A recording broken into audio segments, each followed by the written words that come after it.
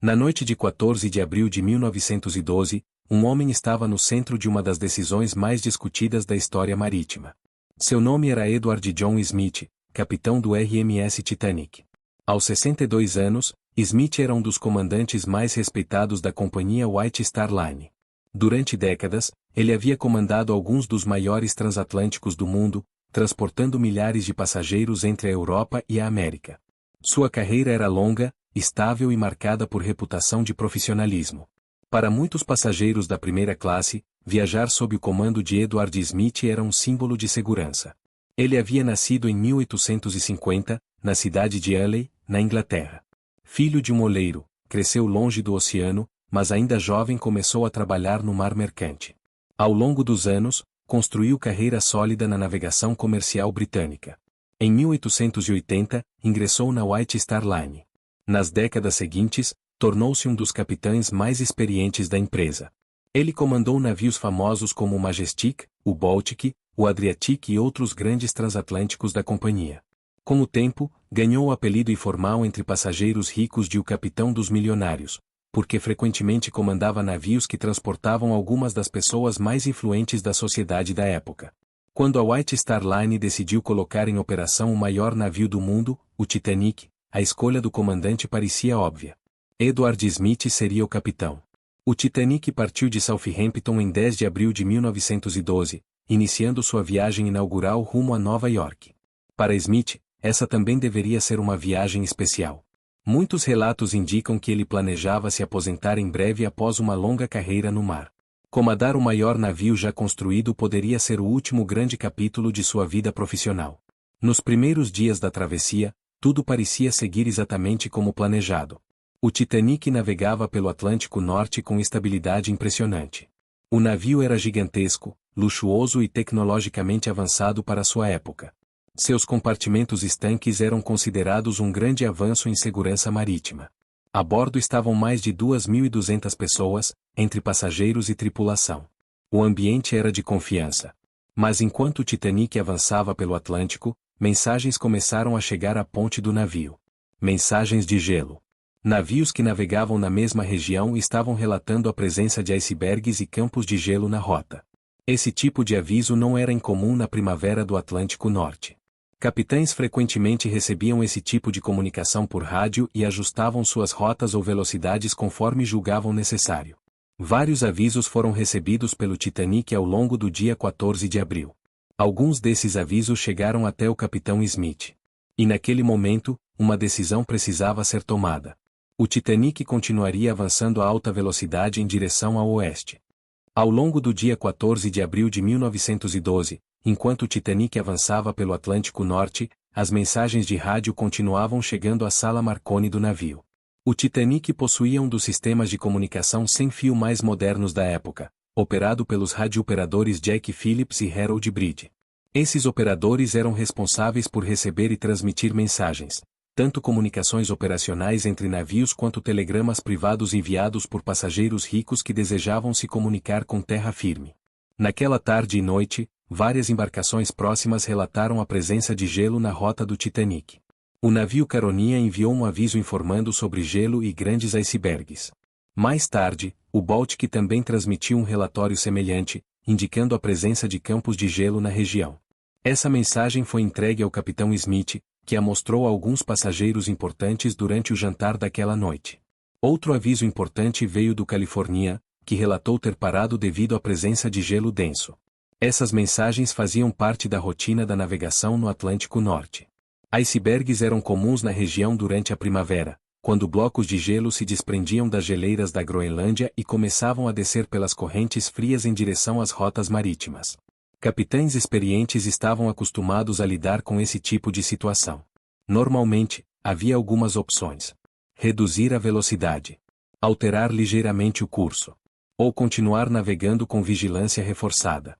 Naquela noite, o Titanic continuou avançando a aproximadamente 22 nós, uma velocidade próxima do máximo que o navio podia alcançar. Isso não era incomum para grandes transatlânticos da época. A travessia do Atlântico era uma competição silenciosa entre companhias marítimas. Chegar a Nova York rapidamente era um símbolo de eficiência e prestígio.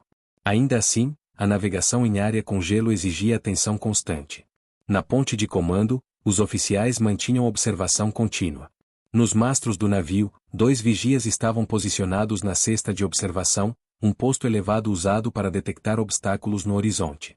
Naquela noite, os vigias eram Frederick Fleet e Reginald Lee. Mas as condições não eram ideais. A noite estava extremamente calma. O mar parecia quase como vidro. Não havia ondas quebrando contra a base dos icebergs, algo que normalmente ajuda a identificá-los à distância. Além disso, não havia lua. Sem luar e sem ondas refletindo luz, um iceberg podia permanecer praticamente invisível até que estivesse muito próximo. Enquanto isso, o Titanic continuava cortando o oceano escuro a alta velocidade. Por volta das 23h40, Frederick Fleet avistou algo diretamente à frente do navio. Uma massa escura no horizonte. Era um iceberg. Fleet imediatamente tocou o sino de alerta 3 vezes e telefonou para a ponte. Do outro lado da linha, o oficial perguntou: "Há algo à frente?" A resposta veio rapidamente. "Iceberg, bem à frente." Na ponte, o oficial de quarto naquela hora era o primeiro oficial William Murdoch. Ele reagiu imediatamente. Murdoch ordenou hard starboard, uma manobra que fazia o leme virar de forma a desviar o navio para a esquerda. Ao mesmo tempo, ordenou que os motores fossem colocados em reverso. Mas o Titanic era um gigante de mais de 46 mil toneladas. E gigantes não mudam de direção rapidamente. Nos segundos seguintes, o navio começou a girar lentamente. Mas não o suficiente. Às 23h40 da noite de 14 de abril de 1912, o Titanic raspou contra o iceberg. O impacto não foi uma colisão frontal violenta. Em vez disso, o lado de estibordo do casco deslizou ao longo do gelo, abrindo uma série de rasgos abaixo da linha d'água. Esses danos permitiram que a água começasse a invadir vários compartimentos do navio. No início, o impacto pareceu pequeno. Muitos passageiros quase não perceberam. Mas na ponte, os oficiais já sabiam que algo sério havia acontecido. E em poucos minutos, o capitão Edward Smith seria chamado novamente à ponte para tomar a decisão mais importante de sua carreira.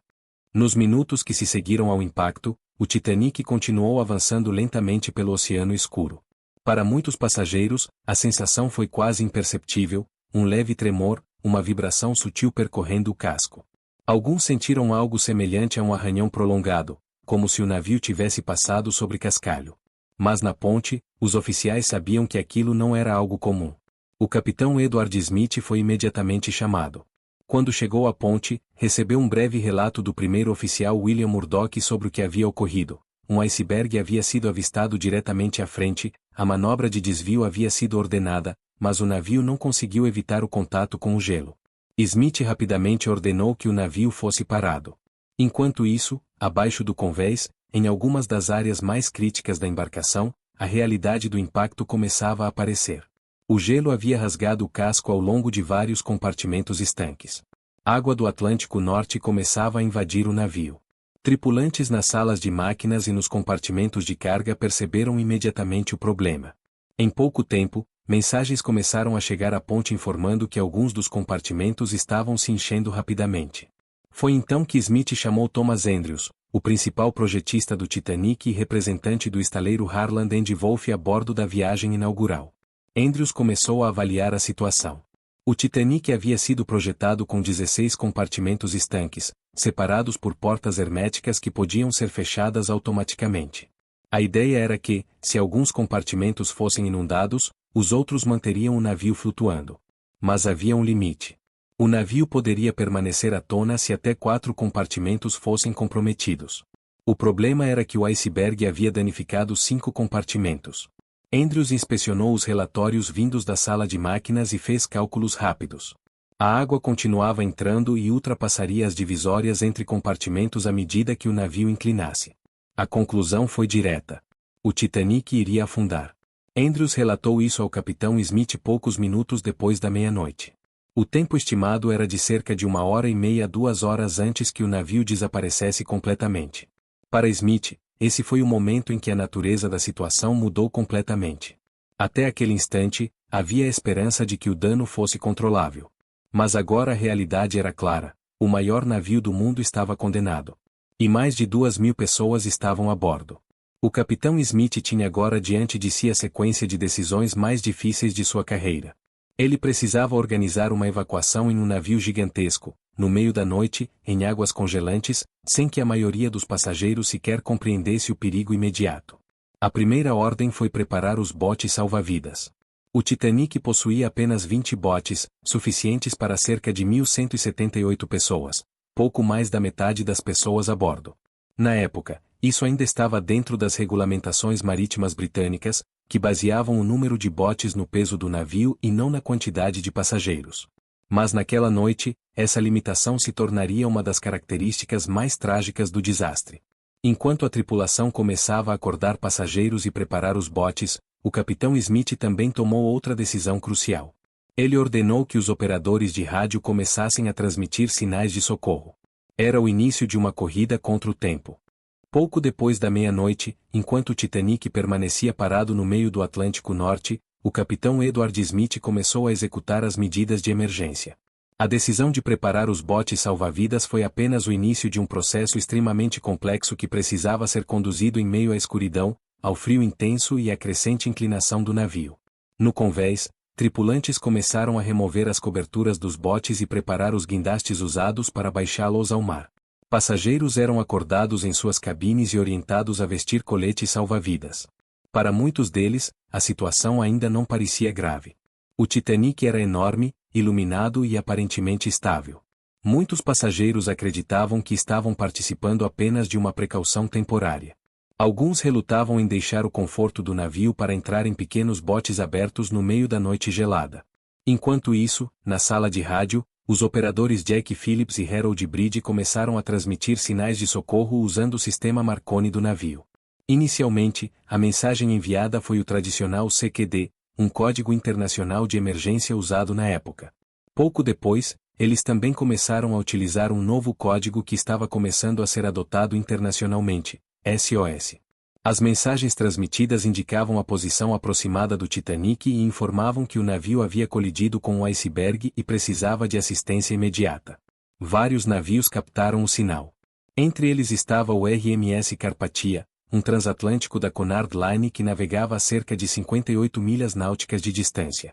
O capitão do Carpathia, Arthur Rostron, imediatamente ordenou que seu navio mudasse de rota e avançasse em velocidade máxima em direção ao Titanic. Mas mesmo a toda velocidade, o Carpathia levaria várias horas para chegar. Enquanto isso, no Titanic, o tempo estava se esgotando. A ordem para a evacuação começou a ser aplicada sob a regra mulheres e crianças primeiro, embora a forma como essa regra foi interpretada variasse entre diferentes oficiais que supervisionavam os botes. Alguns botes foram lançados parcialmente vazios porque passageiros hesitavam em embarcar. Outros acabaram sendo preenchidos mais completamente à medida que a gravidade da situação se tornava mais evidente. Enquanto os botes eram baixados, a inclinação do navio tornava-se cada vez mais perceptível. A proa começava lentamente a descer na água à medida que os compartimentos dianteiros continuavam se enchendo. Dentro do navio, a água já invadia vários níveis inferiores. Os engenheiros e trabalhadores das salas de máquinas continuavam operando bombas e geradores para manter eletricidade e iluminação funcionando. Isso permitia que os botes fossem preparados e lançados com mais segurança. Foi um esforço que exigiu enorme disciplina da tripulação. Enquanto os passageiros tentavam entender o que estava acontecendo, o capitão Smith circulava pelo navio supervisionando as operações. Testemunhos posteriores indicam que ele visitou diferentes áreas do convés e da ponte enquanto a evacuação continuava. A cada minuto, o Titanic afundava um pouco mais.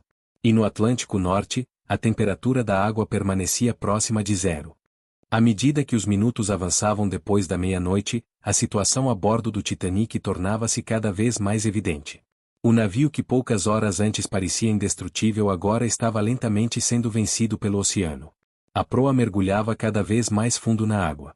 Nos convéses inferiores, o avanço da água já era impossível de conter.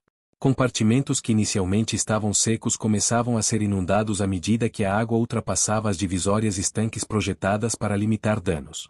No convés superior, os botes continuavam sendo preparados e baixados. Alguns desciam lentamente pelas laterais do navio enquanto passageiros olhavam para trás e viam o enorme casco iluminado do Titanic inclinado sobre o Mar Negro. O contraste entre o navio ainda brilhando com luz elétrica e o oceano escuro ao redor criava uma cena surreal. Muitos passageiros ainda não compreendiam completamente o que estava acontecendo. Outros começavam a perceber que não haveria espaço suficiente para todos. Os botes continuavam sendo lançados enquanto o capitão Edward Smith permanecia supervisionando a evacuação. Testemunhos de sobreviventes indicam que ele foi visto várias vezes no convés orientando tripulantes e verificando o andamento do embarque. Em determinado momento, Smith também retornou à sala de rádio. Ali, os operadores Phillips e Bride continuavam transmitindo sinais de socorro quase sem interrupção. As mensagens informavam que o Titanic estava afundando e pediam ajuda urgente. O capitão autorizou que continuassem transmitindo o máximo possível. Enquanto isso, o Carpathia avançava pelo Atlântico a toda velocidade, cortando campos de gelo para tentar alcançar o local do desastre. Mas a distância ainda era grande. No Titanic, os botes restantes estavam sendo preparados. Com o passar do tempo, a inclinação do navio tornava-se mais acentuada. Caminhar pelo convés começava a ficar difícil. Objetos soltos começavam a deslizar lentamente em direção à proa. A água já alcançava níveis cada vez mais altos dentro da embarcação. Por volta das 2 horas da madrugada, restavam poucos botes. Os últimos grupos de passageiros e tripulantes tentavam encontrar lugar nas embarcações restantes. Alguns homens da tripulação começaram a liberar botes dobráveis que estavam armazenados no topo da superestrutura. A música da orquestra do navio continuava sendo tocada no convés, uma tentativa de manter a calma entre os passageiros. Mas agora a realidade era impossível de ignorar. A proa estava profundamente submersa, e a popa começava a erguer-se gradualmente acima da superfície. Em poucos minutos, o Titanic atingiria o ponto em que sua estrutura não poderia mais suportar o peso da água dentro do casco. E no centro de tudo isso estava o capitão Edward Smith, diante do momento final de seu comando. Por volta das 2 horas da manhã de 15 de abril de 1912, o Titanic já estava em seus momentos finais. A proa estava profundamente submersa, e a popa começava a erguer-se cada vez mais acima da superfície do Atlântico Norte. No convés, a inclinação tornava difícil até mesmo manter o equilíbrio. Corrimões, cadeiras e outros objetos começaram a deslizar lentamente em direção à proa inundada. Passageiros e tripulantes que ainda estavam a bordo tentavam se agarrar a qualquer estrutura disponível. Os últimos botes já haviam sido lançados ou estavam sendo empurrados para a água da maneira que fosse possível. Muitos dos que permaneceram no navio agora sabiam que não havia mais saída. Enquanto isso, nos botes espalhados pelo oceano escuro, centenas de sobreviventes observavam a cena à distância. Alguns estavam a poucas centenas de metros do navio. Outros estavam mais afastados, tentando remar para evitar serem puxados pelo possível redemoinho que poderia se formar quando o navio desaparecesse. O Titanic continuava iluminado. Suas luzes elétricas ainda brilhavam no meio da noite, criando uma imagem quase irreal, um gigantesco transatlântico inclinado dramaticamente, com a proa desaparecendo no mar e a popa elevando-se cada vez mais contra o céu estrelado. Em algum ponto durante esses momentos finais, o capitão Edward Smith foi visto pela última vez por diferentes testemunhas. Alguns relatos indicam que ele foi visto na ponte, possivelmente retornando ao seu posto de comando.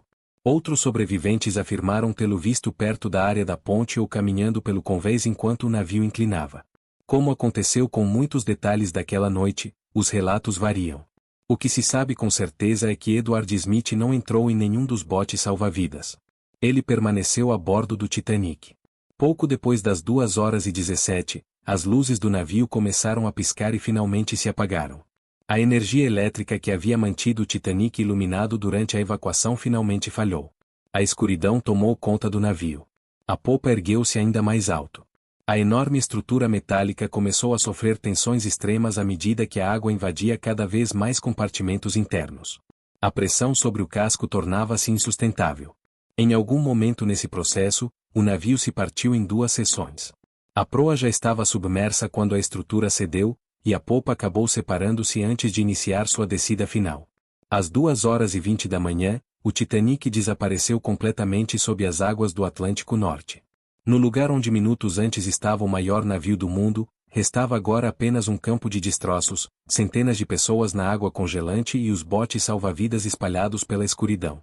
Para aqueles que estavam nos botes, o silêncio inicial foi quebrado por algo que muitos jamais esqueceriam. Os gritos vindos da água. A temperatura do oceano estava próxima de zero. Pessoas que haviam caído no mar lutavam para se manter na superfície enquanto a hipotermia avançava rapidamente. Em poucos minutos, a maioria desses sons desapareceu. Enquanto isso, o RMS Carpathia continuava avançando em direção ao local do desastre. Horas depois, ao amanhecer, seria o primeiro navio a chegar à área e começar a recolher os sobreviventes. Mas para mais de 1.500 pessoas, incluindo o capitão Edward Smith, o oceano já havia encerrado aquela história. O comandante do Titanic desapareceu com o navio que ele havia comandado em sua última viagem. Quando o Titanic desapareceu sob as águas às 2h20 da manhã de 15 de abril de 1912, o oceano voltou ao silêncio. No lugar onde minutos antes estava o maior navio do mundo, restava apenas o Atlântico escuro, fragmentos de destroços espalhados e os botes salva-vidas flutuando à distância. Dentro desses botes estavam os sobreviventes. Homens, mulheres e crianças que haviam conseguido escapar nos últimos momentos observavam o local onde o Titanic havia desaparecido. Alguns estavam em choque, outros choravam, muitos permaneciam em silêncio absoluto. O frio era intenso. A madrugada no Atlântico Norte continuava gelada, e os sobreviventes estavam molhados, cansados e cercados por gelo flutuante. Eles sabiam que a ajuda estava a caminho, mas ainda não sabiam quanto tempo levaria para chegar. Horas depois, quando a primeira luz do amanhecer começou a aparecer no horizonte, uma silhueta surgiu no oceano. Era o RMS Carpathia. O navio havia navegado a toda velocidade durante a madrugada, desviando de campos de gelo e forçando seus motores além do normal para chegar o mais rápido possível. Por volta das 4h da manhã, o Carpathia começou a encontrar os primeiros botes salva-vidas do Titanic. Um a um, os sobreviventes foram içados a bordo. Ao longo da manhã, cerca de 705 pessoas foram resgatadas. Mais de 1.500 haviam morrido. Entre os que não sobreviveram estava o capitão Edward John Smith. Seu corpo nunca foi recuperado. Como muitos outros tripulantes que permaneceram a bordo até o fim, Smith desapareceu no Atlântico junto com o navio que comandava. Sua morte transformou-se em parte inseparável da história do Titanic. Nos anos seguintes, o desastre provocaria investigações profundas tanto no Reino Unido quanto nos Estados Unidos. Essas investigações analisaram cada decisão tomada durante a viagem, a velocidade do navio, os avisos de gelo recebidos, o número insuficiente de botes salva-vidas e os procedimentos de evacuação. Também analisaram o papel do capitão Smith. Como comandante, ele carregava a responsabilidade final pelas decisões de navegação do Titanic. Ao mesmo tempo, testemunhos de sobreviventes indicaram que, após a colisão, ele permaneceu a bordo coordenando a evacuação e autorizando as transmissões de socorro que permitiram que o Carpathia encontrasse os sobreviventes. A figura de Edward Smith acabou se tornando uma das mais discutidas na história marítima. Para alguns, ele representa o capitão experiente que permaneceu com seu navio até o final, cumprindo o código não escrito que muitos comandantes do mar respeitavam: o capitão é o último a abandonar a embarcação. Para outros, suas decisões antes da colisão, especialmente manter velocidade alta em uma área onde havia relatos de gelo, continuam sendo parte central das discussões sobre o desastre. Mais de um século depois, o Titanic ainda permanece no fundo do Atlântico Norte, a quase 4.000 metros de profundidade, onde foi encontrado em 1985. O navio está partido em duas grandes seções, rodeado por um vasto campo de destroços que silenciosamente testemunham aquela noite. E em algum lugar nessa história permanece a figura do capitão Edward Smith, o homem que comandava o maior navio do mundo em sua viagem inaugural e que tomou as decisões finais em uma das noites mais marcantes da história da navegação. Se você gosta de histórias reais como essa, sobre tragédias marítimas, navios históricos e decisões que mudaram o curso da história, deixe seu like neste vídeo. Isso ajuda muito o canal a continuar produzindo documentários longos, detalhados e baseados em fatos históricos. E se você quer acompanhar mais histórias profundas sobre o Titanic, grandes naufrágios, batalhas navais e eventos reais do mar, inscreva-se no canal e ative as notificações. Porque o oceano guarda milhares de histórias, e muitas delas ainda estão esperando para serem contadas.